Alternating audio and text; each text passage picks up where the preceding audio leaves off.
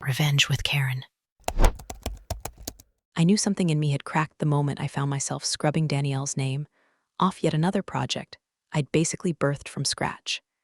It was 11:47 p.m. Office dark, my back screaming. I was hunched over an Excel doc older than her tenure, trying to fix vendor codes she'd updated during one of her vision board frenzies.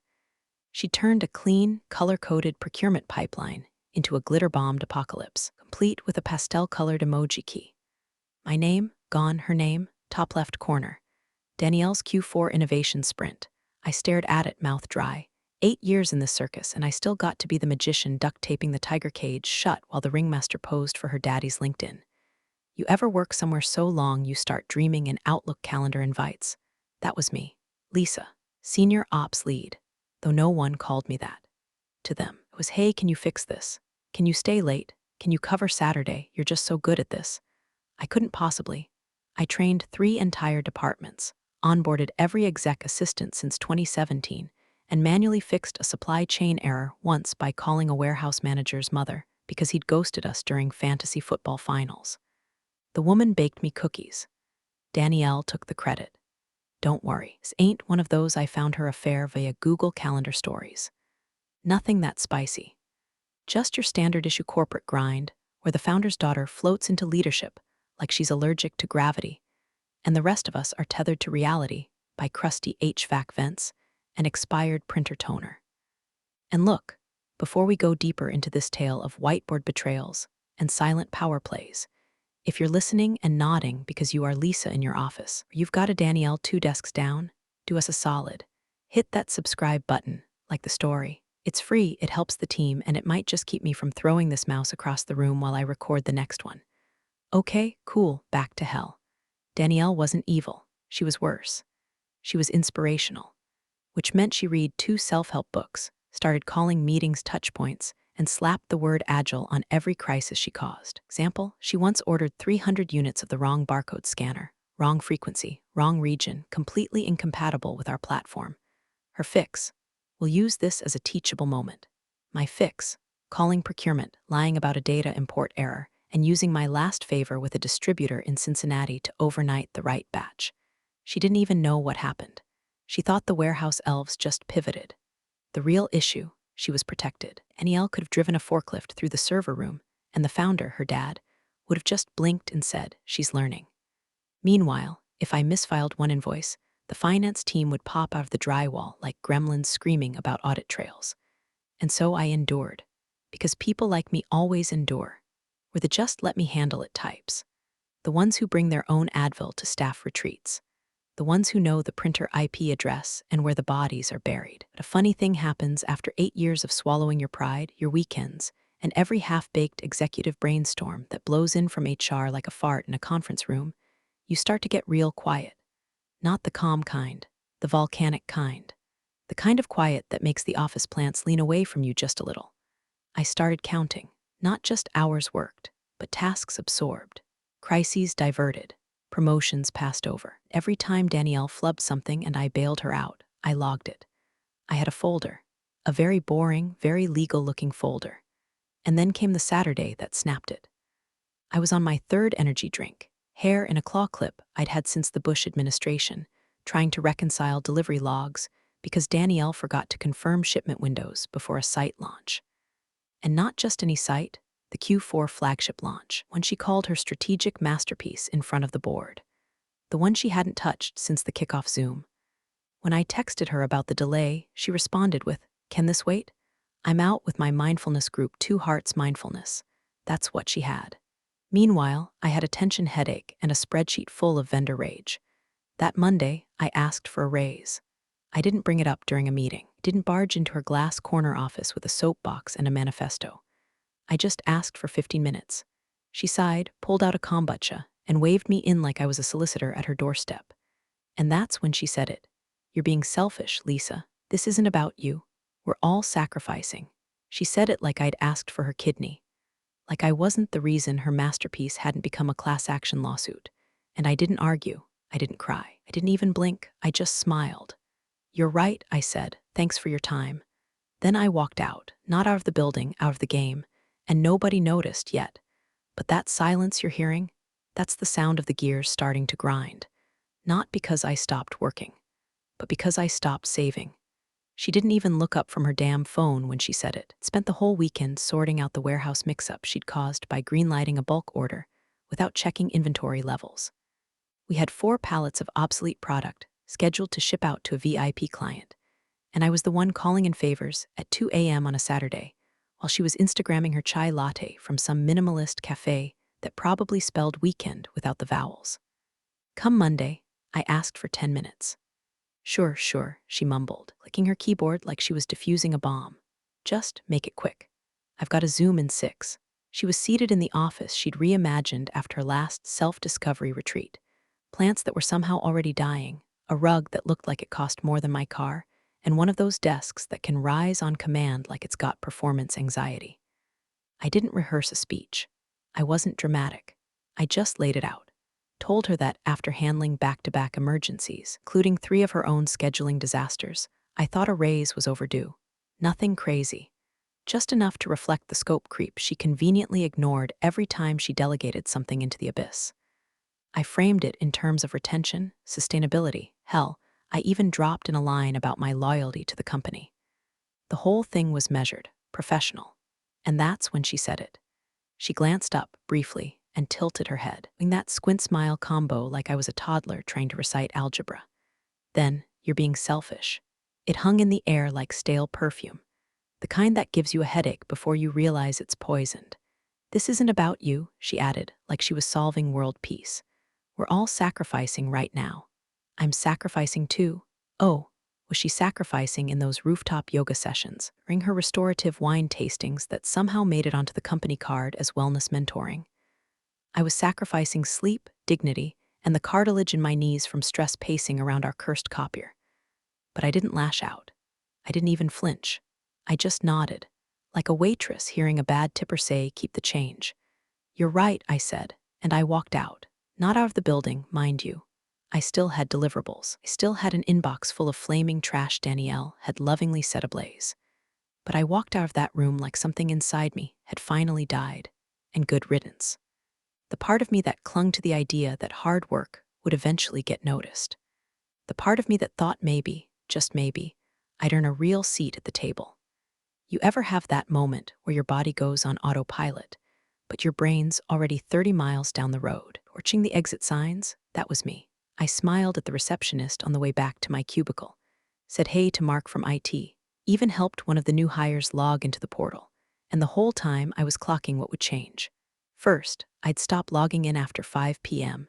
That was their sacred hour now, not mine. Second, I'd stop checking in on weekends. If Danielle wanted to roll the dice, let her. I wasn't putting out fires she started anymore. I would document everything. Every dropped ball, every delayed approval, every approval that never should have happened in the first place. If I touched it, I logged it. If I fixed it, I timestamped it. And fourth, I'd stop answering questions that weren't asked directly. You want my help? You come to me, you ask. Nicely. Otherwise, good luck decoding the mess you made with your streamlined synergy model, or whatever buzzword soup Danielle had served to the board last quarter. See, the thing about being a fixer is that no one realizes you're fixing until you stop. They think clean processes grow on trees, that smooth audits and happy clients just happen. And I was about to give them a crash course in what didn't happen when Lisa stopped catching every single piece of falling debris. They didn't know it yet. Not the interns, not the project managers, not even Danielle's loyal band of middle managers who couldn't tell a workflow from a waffle iron. But I had exited the building in every way that mattered. My body was still there, but my sweat equity, my vigilance, my instinct to triage before something exploded, gone. Stripped clean like meat off a rotisserie chicken at a sad company potluck. And here's the kicker, they'd already trained themselves to rely on me. Like office plumbing. You don't notice it's working. Once the water stops, let's just say the stink spreads fast. The first weekend I didn't check my phone felt like detoxing off a drug I didn't realize I was hooked on. I set it on the kitchen counter, turned off notifications, and stared at it like it might start crying without me. It buzzed once, Danielle, obviously. Probably something about a missing shipment or a Sunday night prep deck she forgot to outline for the Monday stand-up. I let it ring. Then ring again. Then die in its own silence. Let it burn. That was the phrase that played in my head like a lullaby, not malicious, not angry, just done. I wasn't going to delete files or tank the servers. I wasn't going to leave scathing messages or pull the fire alarm. I was just going to stop catching things. Like gravity had finally taken over, and I was letting the glass slip from midair. The first ball that dropped. Email from a regional vendor rep flagged urgent delayed PO. Confirmation. I usually replied to those within the hour, even if it came in at 9:47 p.m. while I was microwaving my sad little lean cuisine. But this time, I didn't. And guess what? Nothing exploded. Not right away. Monday rolled around, and Danielle barked something about those morons in procurement being behind again.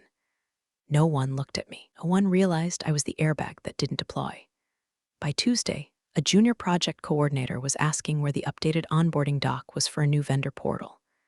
Normally, I'd have polished that thing into a flawless user guide by Friday at 6 p.m., but I had stopped writing it halfway through. My new policy: if it wasn't assigned to me in writing with a clear deadline, it didn't exist. I'd become a ghost, present, visible, and absolutely untouchable. I didn't gloat. I didn't smirk. I just watched. Watched as Danielle scrambled to fix her own prep decks without my formatting magic smoothing over the chaos. Watched her schedule back-to-back check-ins and forget to invite the one department actually executing the deliverables. Watched her forward time-sensitive documents to wrong contacts twice because she thought the client liaison's name was Marlon and not Marla. Meanwhile, opened a new folder on my home drive. Labeled it something innocuous, Q4 Materials Review. Inside, a curated symphony of receipts. Email chains with timestamps showing exactly when I escalated bottlenecks. Slack screenshots with her greenlighting things she hadn't even read. Meeting summaries where she assumed Lisa handled it. And most delicious of all, compliance deadline memos. Every single one I'd flagged, color-coded, and watched her ignore. I wasn't sabotaging. I wasn't even warning. I was just building the truth, one overlooked breadcrumb at a time. Danielle kept flailing. On Friday, she sent me a passive-aggressive Teams message at 6:13 p.m. Can you double-check the presentation for Monday? I think some of the charts look off. I didn't respond. Not Monday's problem, not my problem. I wasn't even in the loop for that project, not officially. Just assumed I'd clean it up the way I always had. But see, when you stop saving someone, they don't immediately notice. They think you're just slower than usual or off your game. It's only when the train starts veering off the track and nobody's pulling the brake that panic sets in. I gave them what they wanted, silence. They wanted me invisible? Fine. I became the ghost in the machine. Meanwhile, Danielle began to sweat. Little things. Like asking other team leads, hey, Lisa's seen this? Or trailing off mid-sentence when trying to explain a client request I'd normally interpret and execute before she finished her third iced coffee.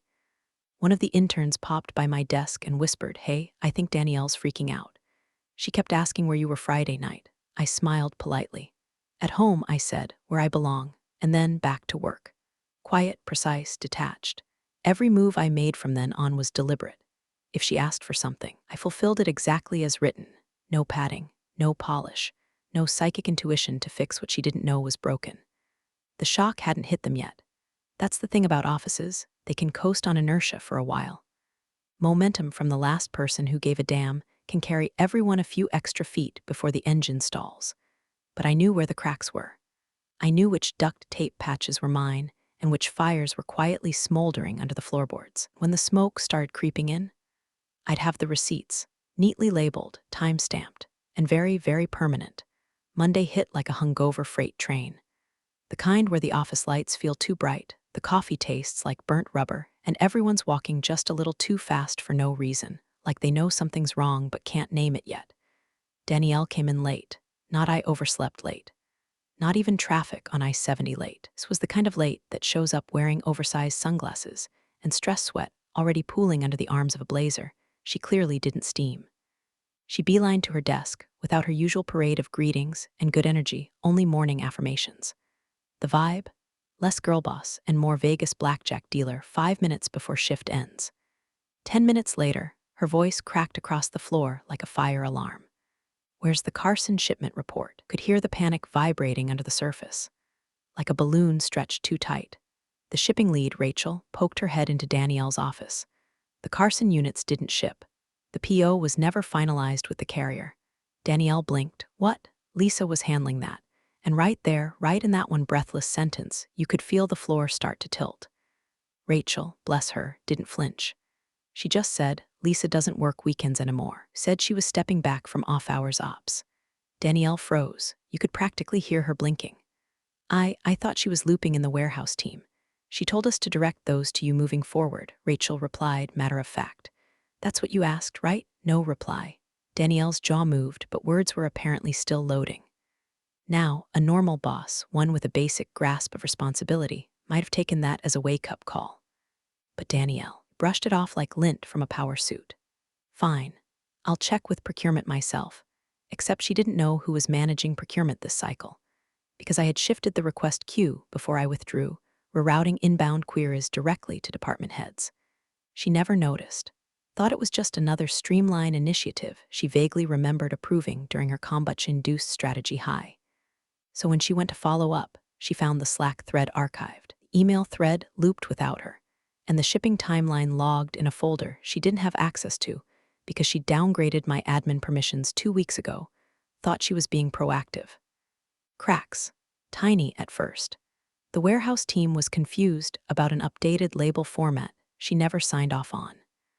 IT had sent her a password reset request she ignored. Vendor called asking why no one had logged into the new partner portal since she personally launched it last month.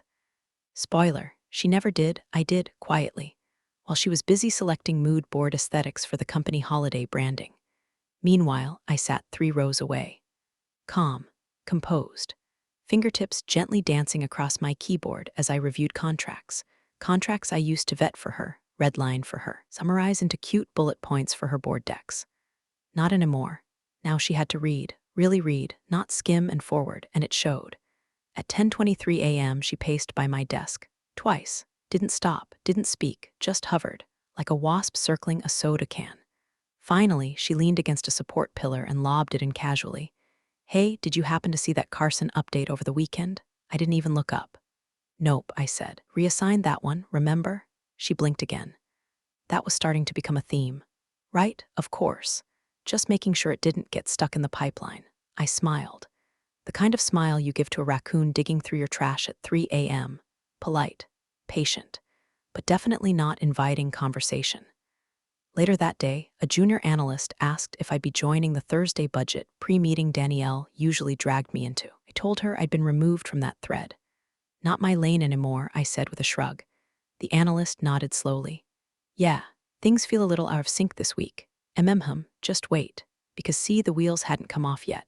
Not publicly. Not in a way the founder or the board would clock.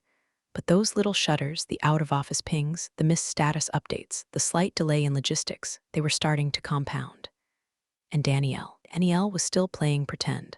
Still thinking she could wing it, charm her way through the mess, lean on junior staff and half-baked talking points.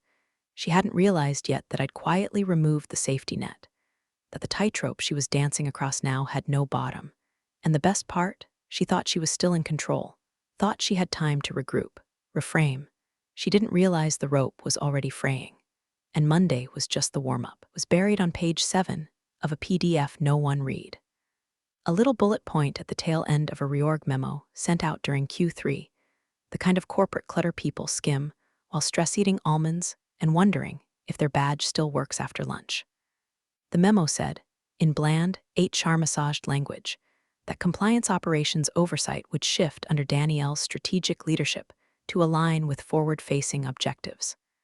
Translation. Danielle now owned the quarterly regulatory report. The big one. The one with federal consequences if you screw it up.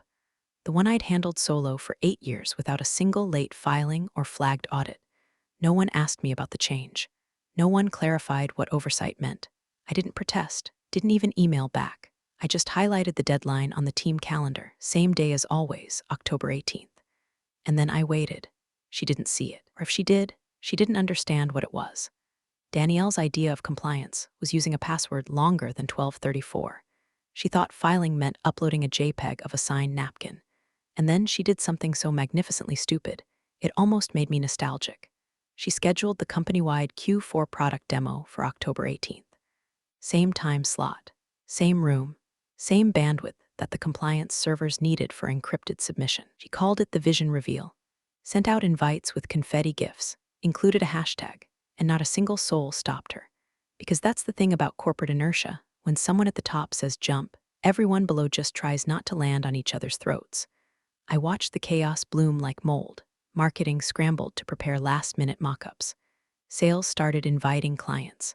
IT was told to prioritize bandwidth for live streaming.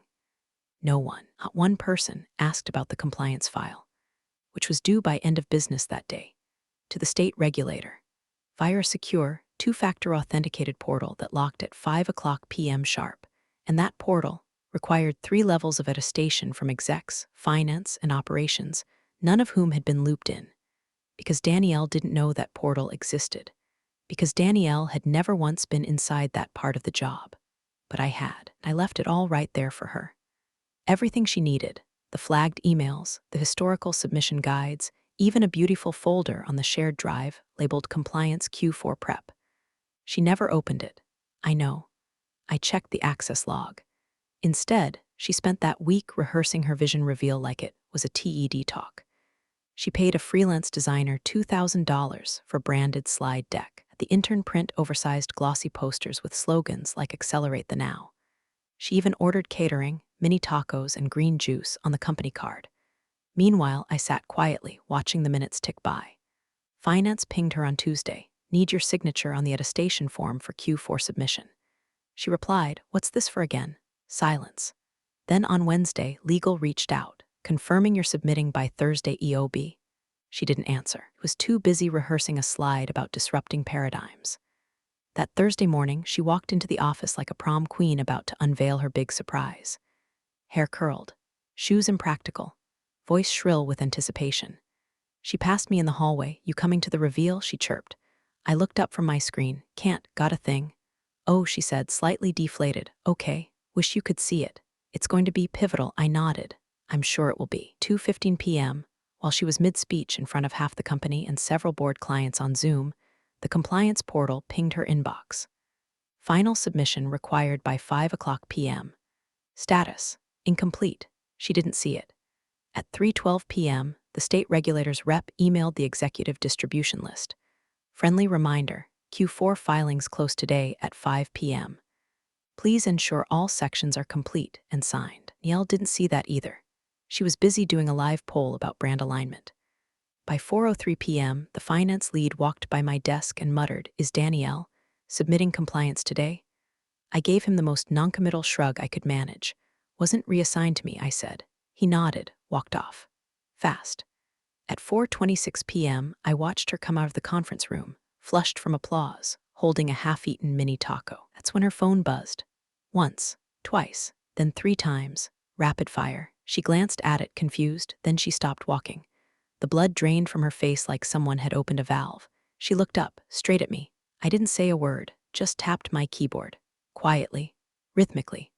Like a metronome counting down the final beats of a song she didn't know she was performing solo. Because the board was expecting a compliance report by 5. The state was expecting legal certification by 5. And Danielle? She had 15 minutes, a tray of lukewarm tacos, and not a single clue how deep the hole she'd dug really was. Subject: Q4 compliance final submission reminder. Hi Danielle, just a reminder that the Q4 compliance package is due this week, Thursday by 5 p.m. per state portal guidelines. Let me know if you'd like help compiling the disclosures you approved. Best. Isa, I sent it at 9:04 a.m. on Tuesday, not Monday. I wanted it to land after she'd had her little vision reveal dry run and just enough time to think she had things under control. She replied 2 hours later, short, vague, utterly hollow. "Danielle, thanks Lisa, think I've got it mostly covered. Might circle back if I run into anything." That smiley face. It did something to me. Like watching someone smile while they casually step into quicksand. I had no idea what she was mostly covering. The compliance package wasn't just a report. It was a 40-page Frankenstein's monster of data pulled from finance, HR, IT, procurement, and legal. It required 3 certified sign-offs, 6 back-end log exports, and confirmation from 2 departments she hadn't spoken to in weeks. Still, she didn't ask for help. Instead, I watched her unravel. By noon, she was standing at the intern's desk pretending to make small talk, casually asking, "Hey, do you know where Lisa keeps the compliance template? Just curious." The intern blinked. "I think it's in the shared drive, or maybe she emailed it last quarter." It was both. And neither. Because the real prep lived in a personal archive I'd maintained since the early years. A master file of templates, past filings, workflow notes, and regulator responses. All of it under my name, none of it visible to Danielle, who had revoked my admin access 2 weeks after the reorg, probably thought it made her look decisive. At 1:47 p.m., she messaged a junior operations analyst. "Danielle, hey, quick cue. Do you happen to know where Lisa stores the certification logs for state filings?" Analyst, sorry, no. I've never worked on compliance directly. I think Lisa always handled that herself. Danielle left her desk 5 minutes later, heels echoing like gunshots down the hallway. She ducked into her office, closed the door, and then I saw it, through the glass wall, her rifling through the compliance Q4 prep folder like it was a locked diary written in Mandarin. I know she opened the file labeled "Read Me First," because I wrote it. It was a decoy. Just a brief summary and a cheerful note.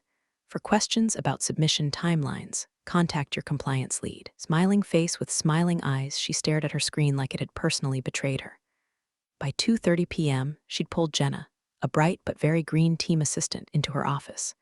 Danielle's voice wasn't loud, but I could hear the panic under it through the wall. "Can you just walk me through what Lisa usually does here? Like, what does she actually submit?" Jenna, bless her heart, said the quiet part out loud. "Oh, Lisa usually did the whole thing. I think legal and finance just trusted her. She'd ask for confirmations, but she compiled everything. No one else ever really touched it." I watched Danielle nod, her lips twitching like she'd just bitten into a lemon. She dismissed Jenna with a fake smile, then dropped her face into her hands as soon as the door shut. And still, she didn't reach out to me. Not directly. Because to reach out now would mean admitting she had no clue what she was doing. She'd been strutting through this entire project with a blindfold on, yelling synergy and hoping the wall didn't hit back. Instead, she started flailing. I watched her fire off Slack messages to legal, then to finance, then to the head of IT, asking for any documents you've prepped for Q4 compliance. None had, because they were all waiting for me to request them like I had every quarter for the last 8 years. At 4:42 p.m., I sent a group email titled "Urgent. Need Q4 compliance materials ASAP. No attachments. No context. Just please forward anything related to Q4 compliance filings. Need by EOD tomorrow. Thanks." You could practically hear the collective "what?" echoing through the building. I didn't respond. She was already spiraling, but the real fall hadn't started yet. Because Danielle still believed, somewhere deep in that glittery, misguided brain of hers, that someone else would step in. That someone somewhere had a backup, a cheat sheet, an old folder labeled for emergencies only that would fall from the sky and save her. She didn't realize that person had been me, and I'd already walked away from the fire with my matches intact. Let it burn. It started with a typo. Not just any typo, an expensive one, the kind that turns a projected savings of $240,000 into an overstatement of $2.4 million on a client summary, Danielle personally modified to punch up the language. I watched it happen. Sat 2 desks away while she hovered over the intern's monitor, sipping her lavender iced tea and demanding that the Q3 performance deck pop more. Idea of clarity was making all numbers end in zeros and removing distracting footnotes, the ones that explained we were still in review pending legal sign-off. The report went out Friday morning. By Monday at 10:11 a.m., we had a reply from the client's procurement officer. Subject line, "Urgent clarification needed." The body, less a question, more a tactical nuke wrapped in polite grammar. I watched Danielle read it. Her smile froze. Blinked 3 times, her tell when she doesn't understand a word she just read. Then she spun her monitor around to one of the newer sales leads and said, "Do these numbers look weird to you?" The guy hesitated, clearly caught between loyalty and survival instinct. I think that savings projection might be a little off." Danielle clicked back into the doc, eyes scanning like a Roomba against a brick wall. "Lisa formatted this, right?" There it was. I didn't look up, because no, Lisa did not format this. Lisa hadn't touched the report. Lisa hadn't even seen the report. Danielle had booted me from that client thread 3 weeks ago when she decided she needed more visibility. I had zero access to the new reporting folders, the shared slides, the client comms. Why? Because she revoked it. Personally. That afternoon, Danielle marched over to IT. She brought cookies. Always brought cookies when she wanted to cover a screw-up in a glaze of passive aggression and gluten. I don't know what she asked them, but I do know what they told her. At 2:36 p.m., the head of IT pinged HR with a summary email. I wasn't copied, but word gets around when an email gets the subject line. Access, review Lisa, operations. The body was short. Per Danielle's request from September 12, Lisa's admin permissions were downgraded to standard user. No read/write access to the compliance folders, reporting suite, or client share drive since that date. Translated, Lisa can't be the scapegoat. Lisa was literally locked out. By 3:04 p.m., HR was just popping in to ask Danielle a few questions. Nothing major, just standard documentation practices. But the tone had shifted. You could feel it. A subtle drop in temperature when the room realizes someone's wearing a little too much perfume to cover the stench. Danielle started unraveling. Her voice got faster. Her sentences started with "well, I was under the impression," and ended in vague trails of half-truths and finger-pointing. She pulled Jenna in again, poor Jenna, and grilled her in the hallway about who last updated the Q3 file. Jenna looked like a deer trying to file taxes. "I thought you did," she whispered. "Told me not to loop Lisa." Danielle's nostrils flared. That always came before the storm. At 4:10 p.m., she CC'd 3 department heads in an email titled, Urgent, Compliance, and Reporting Follow-Up. The tone was classic Danielle, a perfect cocktail of panic, blame-dodging, and faux collaboration. She asked for clarification on recent report edits, hinted that process breakdowns may have occurred, even included a not-so-subtle line. "We'll need to assess where Lisa's documentation left off before this quarter." I didn't respond. I didn't have to, because I'd already updated my folder. I had timestamped every submission I'd completed before the role change, archived every email where Danielle declined review, saved the Slack threads where she told me not to worry about it and she'd own the reporting piece personally. I even had screenshots, dozens, of my access rights being revoked. I didn't need to defend myself. I just had to wait for the walls to close in. The funniest part? She still thought this was recoverable, thought she could patch it together with a "my bad" and a couple of rushed numbers. But it wasn't just the typo. It was the lie. The one she told the client. The one that landed in writing. One that now lived in someone else's inbox with a timestamp and a very expensive question attached to it. Who signed off on this? Because that's the thing about signatures. When you put one on something, you own it. Danielle owned this, and I owned the record of every misstep that got her there. No flair, no drama, just cold, boring, lethal facts. Let them spiral. I'd already stepped back. Now it was just a matter of gravity doing its job. It was waiting by my car. I clocked her silhouette from halfway across the lot, heels wobbling on uneven asphalt, arms crossed so tight it looked like she was holding herself together by force.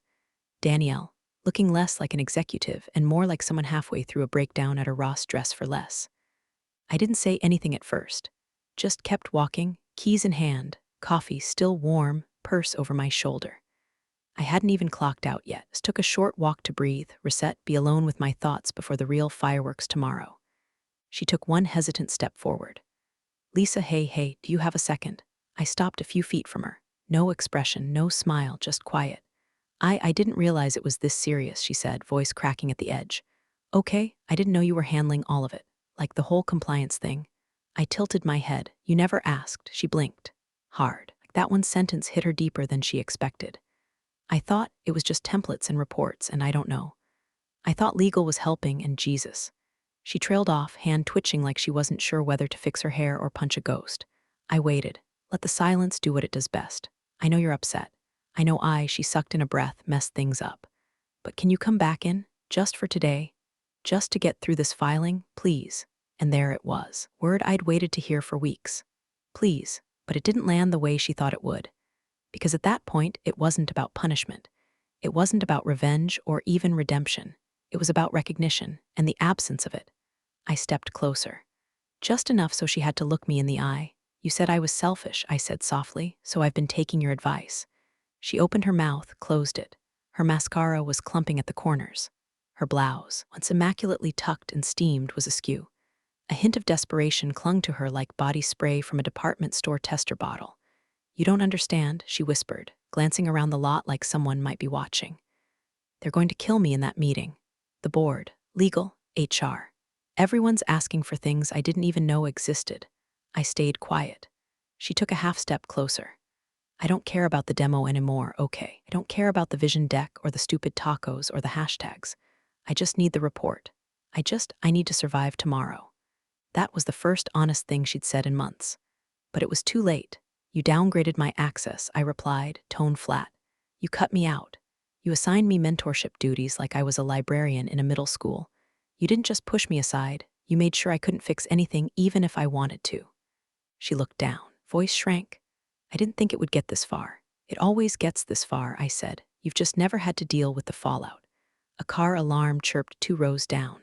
Somewhere, a seagull shrieked overhead as if even nature was done tolerating the drama. Danielle exhaled through her nose, voice barely audible now. I'm begging you.